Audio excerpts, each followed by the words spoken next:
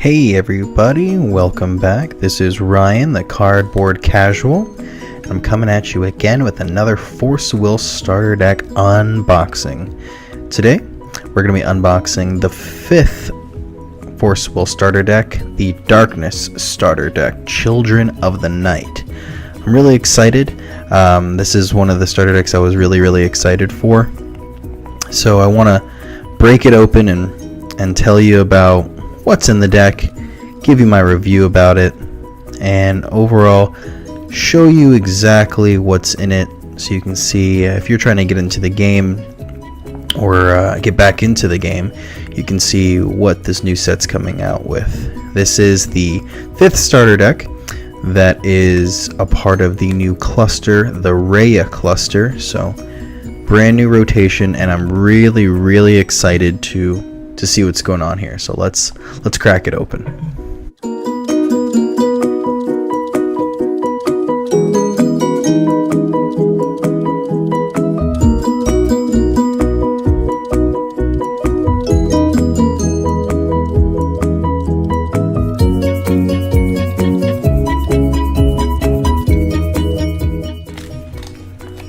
And here we're going to get into what we are most excited about. What I know I'm most excited about is our starter deck. Now, what you'll see, just like the rest of the starter decks, everyone will come with one J ruler and a 40 card deck with 10 individual cards and 4 copies of each of those cards, so you have a full playset, in addition to 4 special stones that are foiled and 6 basic magic stones that are foiled.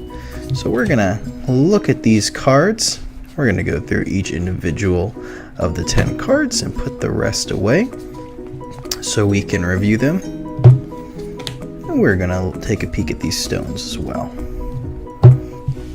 So let's go ahead and start with our ruler. This is Raya. Name of the cluster, Raya cluster. This is Raya, the 4th daughter of the Mikage. She has a judgment of 3, just like the rest of them, but for 2 darkness, and an energize of 1 darkness.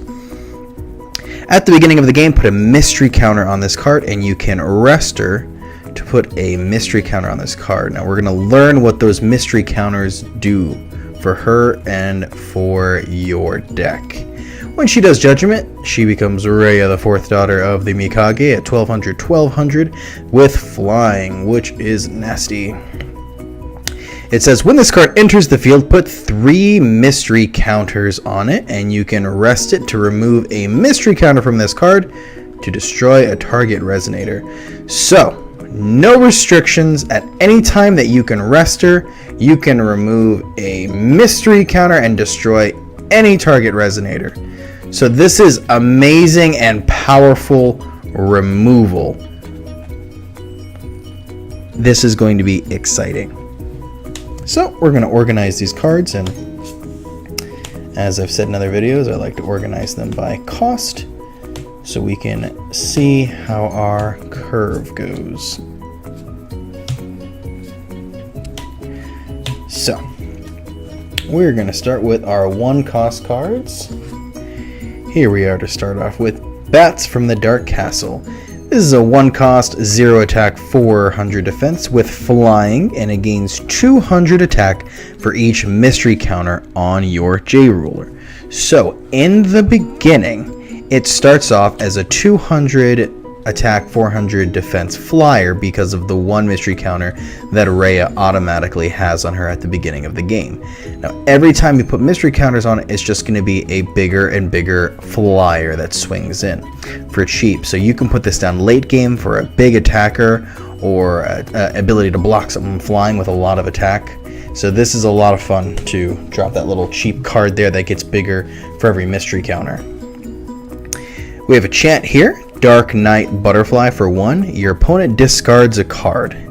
If this card was awakened, your opponent discards 2 cards instead. So its awakening cost is to remove 2 mystery counters from your J ruler. So if you pay 1 darkness and remove 2 mystery counters, your opponent discards 2 cards. So for 1 resource and 2 mystery counters you're keeping on your ruler, Another great way to remove potential problems that your opponent may have for you to deal with. This right here is a vanilla 400 attack, 400 defense Moonlight Shadow. He is a vampire, and he's just a simple body to put on the field to attack or block with. Now we have another chant here, Sword of the New Moon. It only costs 1, and it's quick cast, so you can play it at any time that you have the priority. And it says choose 1. Destroy target resonator with a total cost of 1 or less, or destroy target resonator with a total cost of 4 or less if it was awakened. So its awakening cost is remove a mystery counter from your J ruler. So for 1 resource and 1 mystery counter, you can, at quick cast speed, destroy target resonator that costs 4 or less. As you've seen in these starter decks, a lot of cards are top out around 4 that you actually will deal with for the most part. And for a fair enough trade in terms of it cost 1 and a mystery counter to remove it, if you haven't flipped her yet, this is a great removal piece. And if you haven't flipped her yet, you can play this, remove something, and then tap Rhea to destroy something else with no limit. Moving into our 2s, we have Ahirman, Malicious Eye in the Dark. He's a 600/600 familiar. When this card is put to the graveyard from your field, put a mystery counter on your J ruler. So just another little blocker to help get mystery counters on your J ruler, so you can start using a lot of those other abilities of pumping up or removal.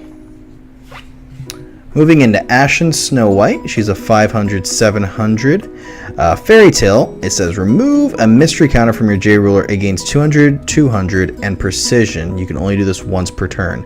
So essentially once per turn, you can make it a 700/900 with precision, so it can attack anything essentially it wants on the field for only removing a mystery counter. So that's really nice. For a 2, you can make it pretty big, and at any time you want. Moving into our chant here, Sword of the Half Moon for 2. It is quick cast. It says target J resonator against -600, -600 until end of turn. If this card is awakened, put it into its owner's hand as it resolves.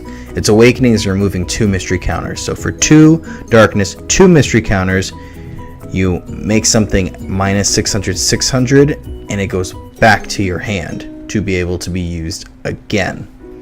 So this is great. It doesn't innately say destroy. It simply lowers the attack and defense. And for example, we'll move into some of these other cards here, 600/600. If that defense goes below that, a 0, instantly sent to the graveyard. So this is nice removal, and it replaces itself. It goes back to hand if you have those mystery counters on your J ruler. So we're going to move into our 3-cost cards here. Alucard, the Vampire Noble. He's a 600/600, and he says other vampires you control gain 200. So it's a very simple, very straightforward card that pumps up all your vampires other than himself. If you have 2 of them on the field, they pump each other up. You have several vampires here in the deck. You have your vanilla guy here that we looked in the beginning, who was a 400/400. We have Rhea herself, who is a vampire. We have the next 2 resonators as well that are vampires that will get this boost. So you have a lot of targets in this deck to get bigger. Now we're moving into Empress Carrilla. She's a vampire, same stats as Alucard, but this says when this card enters the field, destroy target resonator with a total cost of 1. So simple, enter the field, kill something. Now, our last card in the deck is Grimm, the Pitch Black Vampire. Another vampire that can get pumped up with Alucard. He's a 900/900, and he's a 4-cost. He is a flyer. And it says, when this card enters the field, put target resonator from your graveyard to your hand. So, anytime he gets in, any any resonator that you're missing and you want to see again, you'll be able to replenish it. Its other abilities, you can pay 2 darkness. For J resonators your opponent controls, gain -X 100 until end of turn, where X is the number of fairy tales you control. In this deck, we're only running 2 fairy tales, the Ashen Snow White and Grimm. So when you have multiple of these Snow Whites on the field, those minus start adding up more and more. So that's just basic removal if you have enough fairy tales on the field, or basic defense if someone starts trying to swing in, and you can pay that as many times per 2 darkness stones that you have. So you can stack it. At minimum, you're going to remove 100 attack and defense just for him on the field. And obviously you want more on the field so you can continuously stack that more and more. So you pay it once and -400 you can pay, the darkness a second time, a third time, depending on how much stones you get to, and you can essentially remove almost any answer on the field. So that's really nice. So we want to move into our stones to see how we pay for this.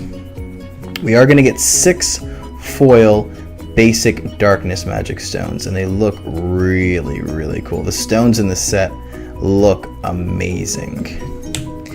And finally, the special stone in the set is Stone from the Dark Castle. It is a special magic stone, and it says treat it as a darkness magic stone. You can arrest it to produce the darkness will. And it says, when this card enters the field, put a mystery counter on your J rule. So this is really great for turn 1. If you get this, you now have 2 mystery counters on your Rhea. And if you play your bats, the first turn it comes out, it is now a 400 flyer, which is really nice to have turn 1. And if you start getting more mystery counters on as the game progresses, your flyer gets bigger and bigger. So this is really nice. I really like this deck.